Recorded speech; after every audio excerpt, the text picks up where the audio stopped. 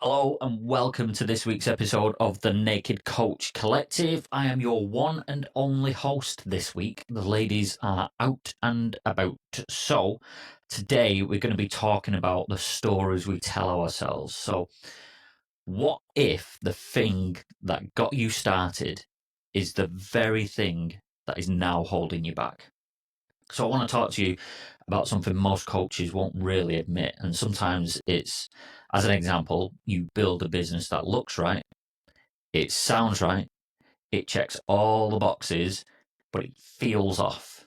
It feels fake, forced, like wearing someone else's clothes that are just a bit too small or even a bit too big. Now, if you've ever sat there with that quiet inner voice whispering to you, this isn't it, then this episode is for you. But let's go back for a second. So here's something I've spoken about previously on the podcast, but before I found coaching, the real coaching I'm doing now, I tried multiple online businesses. And so from the outside, it looked like I was doing it all and had it all together, but deep down, it just felt off. I felt like I was pretending, saying the right things, trying to play the part, but inside I was like, who even am I in this business? And then I got into coaching and I thought, yes, this is it. I'm home.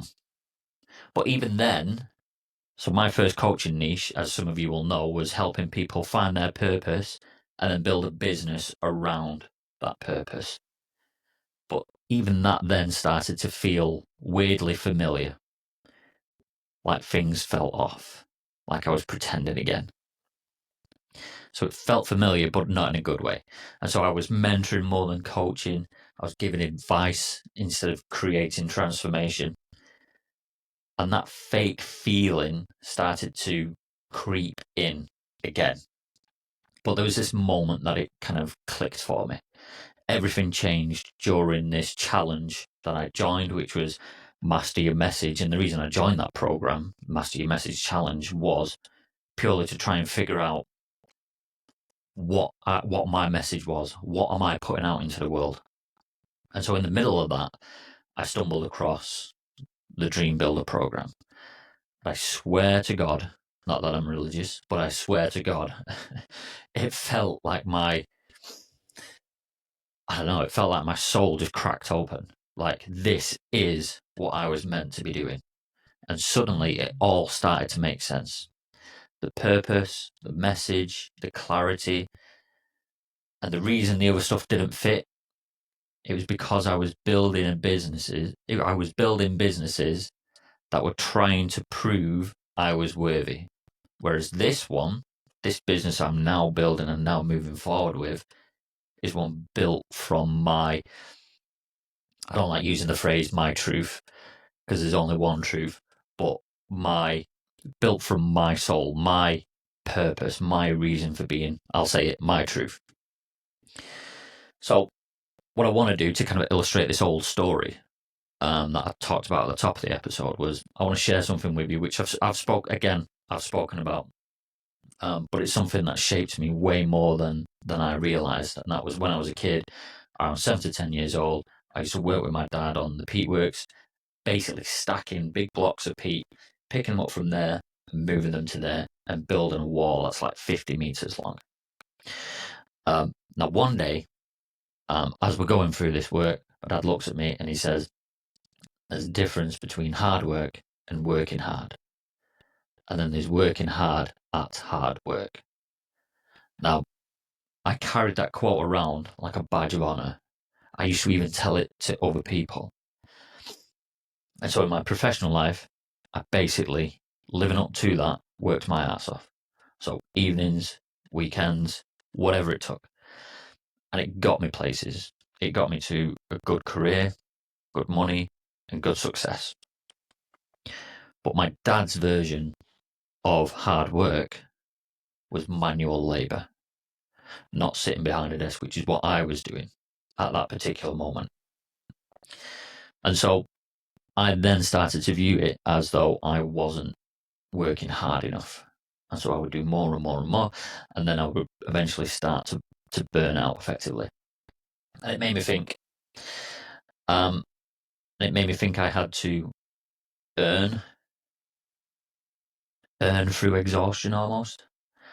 And it wasn't until I got coached by my fellow host D that I saw this. And I saw it as a story that I've been telling myself basically my whole life. And it was a belief that I had, again, my whole life. And it was shaping what I was doing now. Sorry, what I was doing when I first started looking into setting up a business. It was shaping what I was doing, but it wasn't serving me anymore.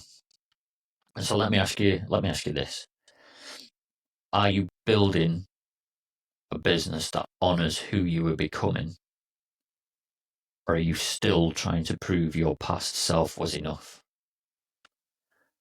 So let's pause for a second. I'm going to go silent for a second now, and I want you to ask yourself, what belief are you still building from? Is it freedom or is it fear?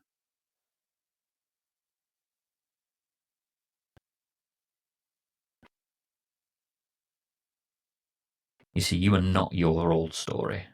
You are not the role you had to play to survive.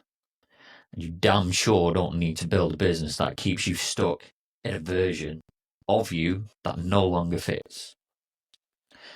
See, when I work with clients who feel like their business isn't aligned anymore, like-minded, I tell them one of two stories. And I tell them one of the stories depending on how the conversation is going. But I will tell both of these stories now. I want you to see which one lands for you. I mean, hell, maybe even both of them will land. So the first story goes like this. There's a quaint coastal village where the days moved slowly and the waves gently kissed the shores. And there lived a wise fisherman named Luca. Each morning he would rise with the sun, row his small boat into the embracing sea and catch just enough fish to sustain his family's needs and a little extra to trade for other kind of daily essentials. Luca's afternoons were spent basking in the golden sunlight. His hammock would be cradled by the whispering breeze as he drifted into peaceful naps during the afternoon. Evenings found him surrounded by laughter, music, where he was strumming his guitar among friends and family whilst the sun was painting the sky with its nightly goodbye. Now, there was one crisp morning, and a wealthy businessman from the city visited this village. His life is a stark contrast to Luca's. So it was fast-paced, perpetually busy, but intrigued by Luca's simple routine, he observed the fisherman's day and saw what he believed was kind of like this untapped potential. And so approaching Luca, he asked, why do you not spend more time fishing? You could catch so much more fish than you need. And Luca looked puzzled and he responded, what would I do with all those extra fish? And the businessman replies, well, you could sell them at market. And with the extra money, you could buy a bigger boat. And Luca, again, still a puzzled look on his face, asked, and after that? And the businessman goes on to say, well, with a bigger boat, you could venture into deeper waters, catch more valuable fish. You'd earn enough to buy several boats, hire locals to work for you, multiplying your earnings. And so the businessman started to get like this light in his eyes. His eyes would light up, and this vision of expansion just kind of filled his thoughts. But again, Luca, still quite puzzled, looked at him and said, and after that? And the businessman went getting a little frustrated. Well, once you have a fleet, you could move operations to a larger port, streamline your production, distribute your fish across the country. Just imagine it. You could build a fishing empire and become very, very, very wealthy. Now, Luca, his voice was steady, calm, looked to his eyes, and he said, and after that? And the businessman looks back at Luca, sighs a little and says, then you could sit back and enjoy life.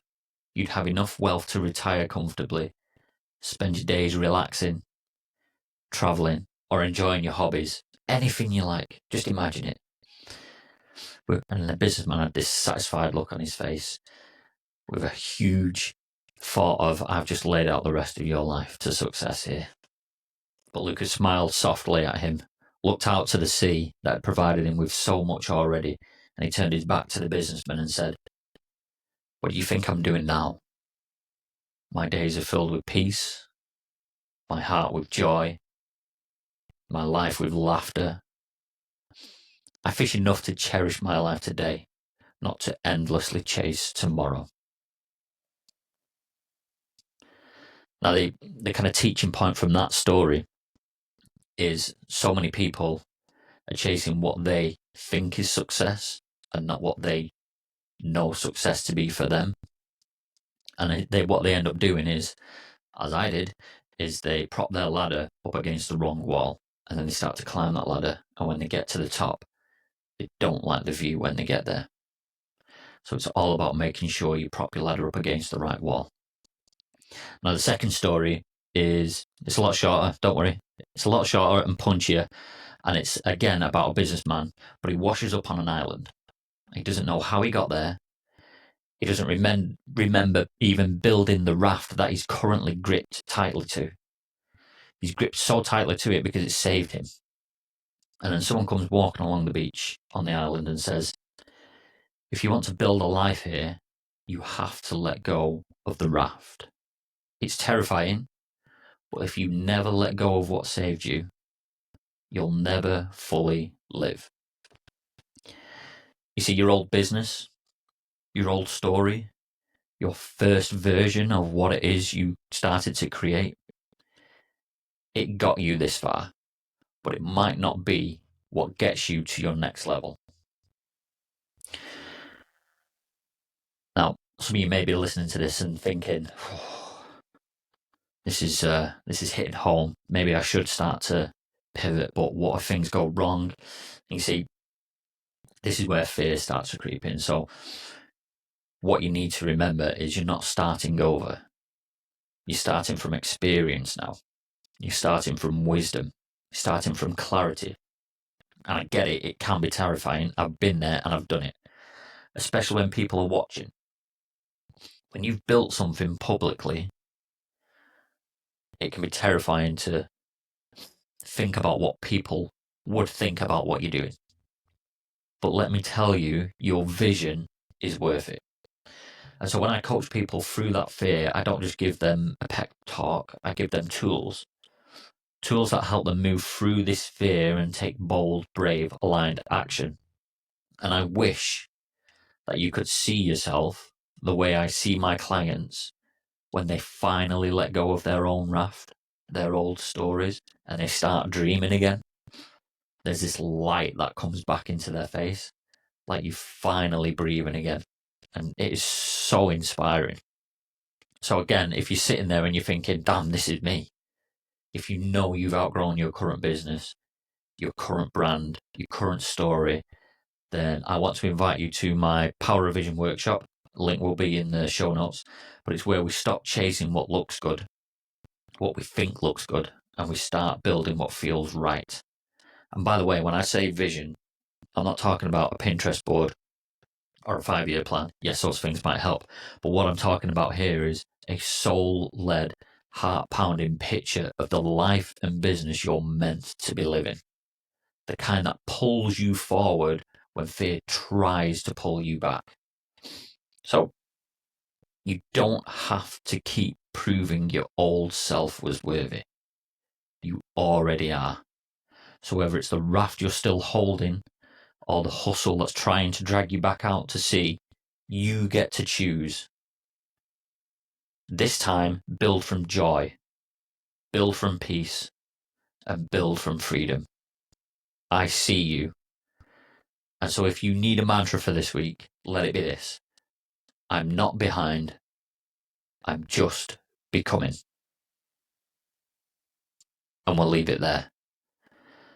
Please like, subscribe, and share this episode with anyone you think needs to hear it.